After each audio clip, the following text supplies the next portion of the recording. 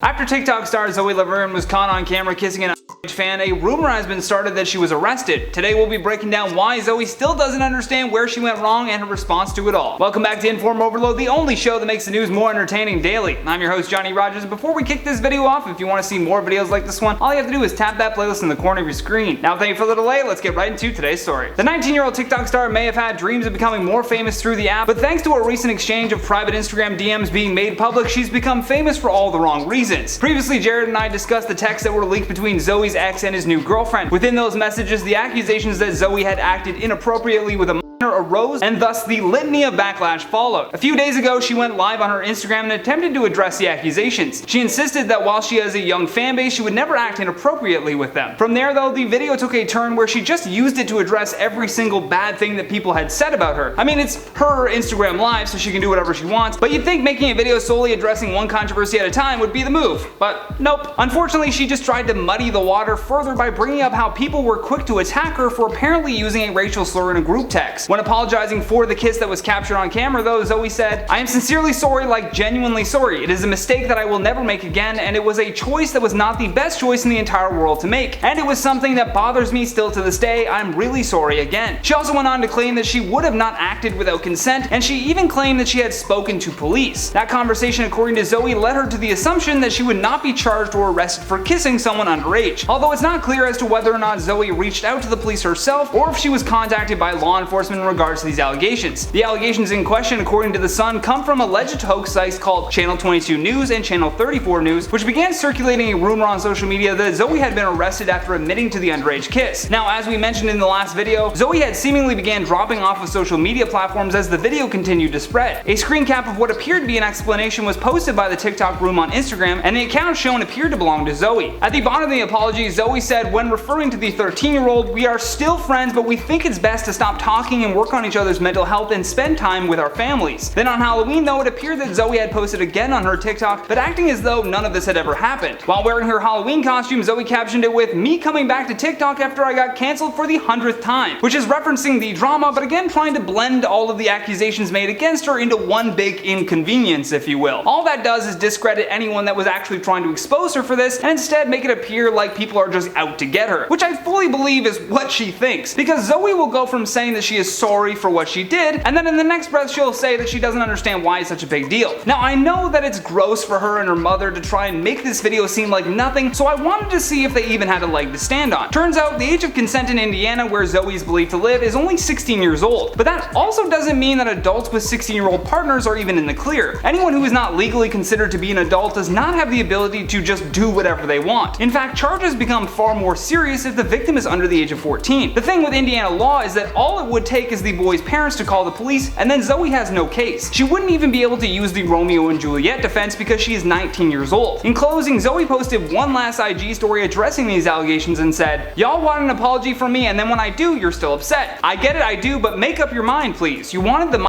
side, and then when he addresses the truth, you say, not the child talking. Y'all don't make sense. Y'all are just mad the situation wasn't as worse as people made it out to be. This isn't anyone's business but mine, my family, Connor's, and his family. Let it go." Thankfully, no one is going to ever let it go, especially when the situation involves an adult taking advantage of a minor. With that though, let's check out some of your comments from the video titled "Big Win for Amber Heard, Bad News for Johnny Depp." Phi T says, "This makes zero sense. How can they decide with no real evidence when none of Amber's evidence has been proven 100% and has continually been shown to not be true?" I don't believe that this was what this case was entirely about though. When Johnny Depp sued the Sun newspaper for defamation, that particular case became about whether what they said was true or not. Based on the judge's decision, he said, close enough. My Fantastic Nail says, "For someone who has been following this case for a long time, it comes as a total shock to me on one hand and on the other not. This is what I sort of predicted. I don't understand why though all of the evidence was against her. I predicted the same thing with this defamation case just based on the amount of money he wanted from them. However, there are still plenty of other lawsuits that Amber and Johnny are going to be wrapped up in. Like a lot." Maria CG says, "I'm so pissed, like there's so much proof against Amber Heard, literally recordings of her admitting that she hit him and trying to gaslight the situation, and still they just accepted everything that she said. There's still time, guys, for her to get charged or something. This was merely the defamation case. So